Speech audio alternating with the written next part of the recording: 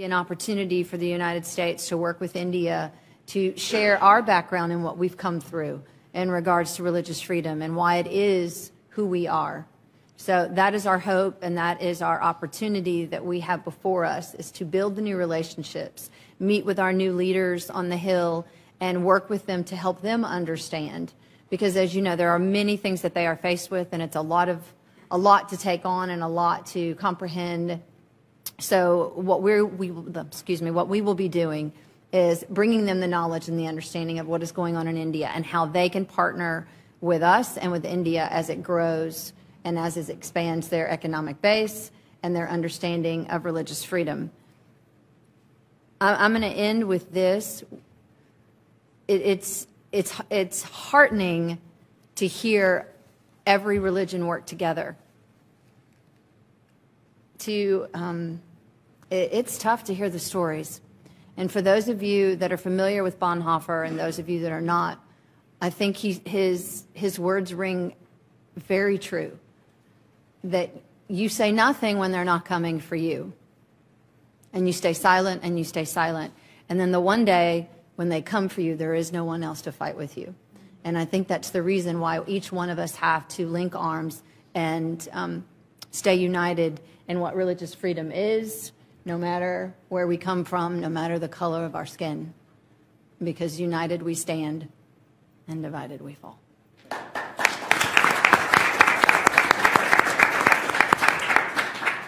Thank you very much, Mr. Singh. Good afternoon, everyone. I would like to start off by thanking the organizers of this event who have given me the time to speak my mind.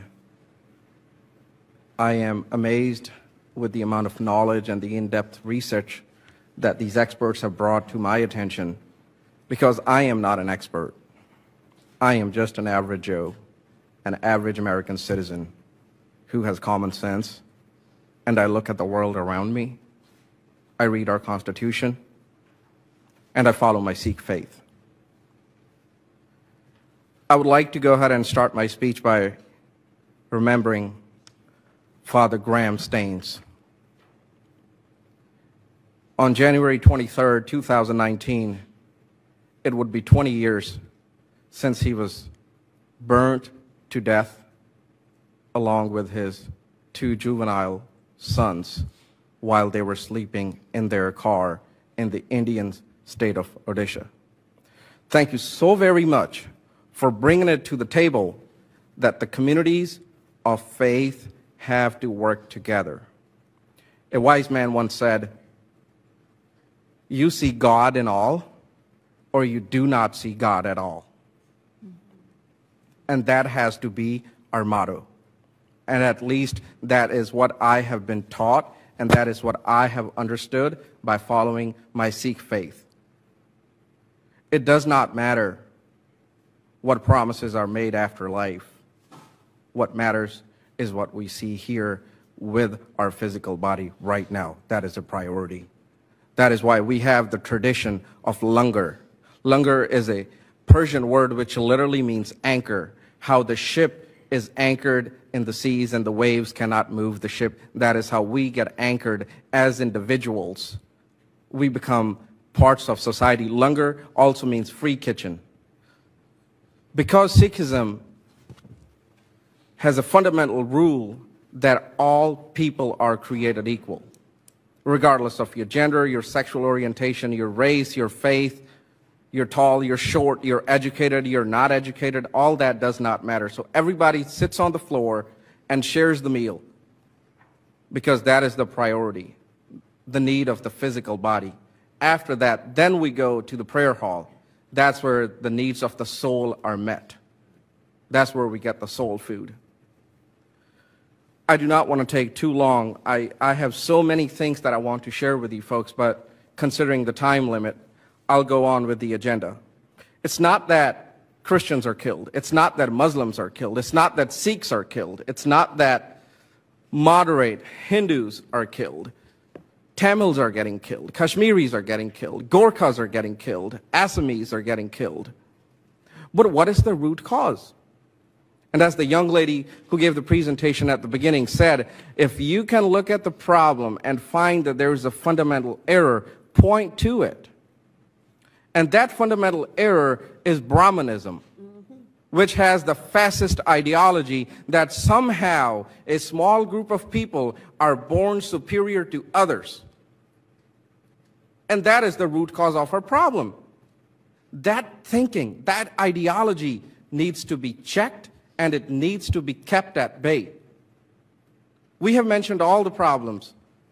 You know, we can literally fill this room with the amount of literature if we were just to record the atrocities that have been committed by the Brahmanical forces. There's the curtain of democracy that they use, and then they go on with their business of killing individuals who are of the dissenting opinion, or just because you do not like them. You do not like the way they're born into a different family. With that being said, one of the biggest problems within that ideology, the Brahmanical system, is RSS. It is a shell organization. They do not have any bank accounts. They do not have any names of their members. They are run by tentacles, such as the RSS, HSS, Bajrang Dal, HAF. All these people just got together and they have formed these pseudo institutions that are a threat to our freedom. It's not just India's problem anymore. In September, there was an event that got held at Chicago, Illinois, under the banner of World Hindu Congress.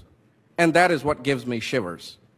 We have these right-wing saffron terrorists roaming in the free world, threatening our free institutions.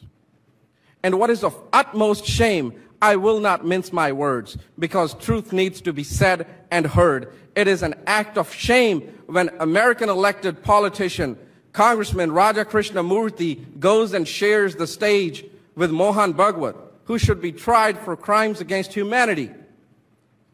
And what is even more shameful is that he got elected on a progressive agenda. He belongs to the Democrat Party. That is very upsetting. These people are wearing facades while they carry big knives to kill us, to kill the dissenting opinion, to kill anybody and everybody who will speak for equality, for justice, and freedom for all. And I would like to go ahead and say, this is land of the free and home of the brave. If an average American can say these words, I'm sure the experts have a lot more to offer. But it's not what we have, the knowledge. It's about doing it, following through. Write your congressman. Tell them. Call the State Department. Tell them not to issue visas to those, the likes of Mohan Bhagwat and other right-wingers who come to our free land to spread hatred and hate-mongering. With that, all what I have to say is, God bless America, God bless all. Thank you. All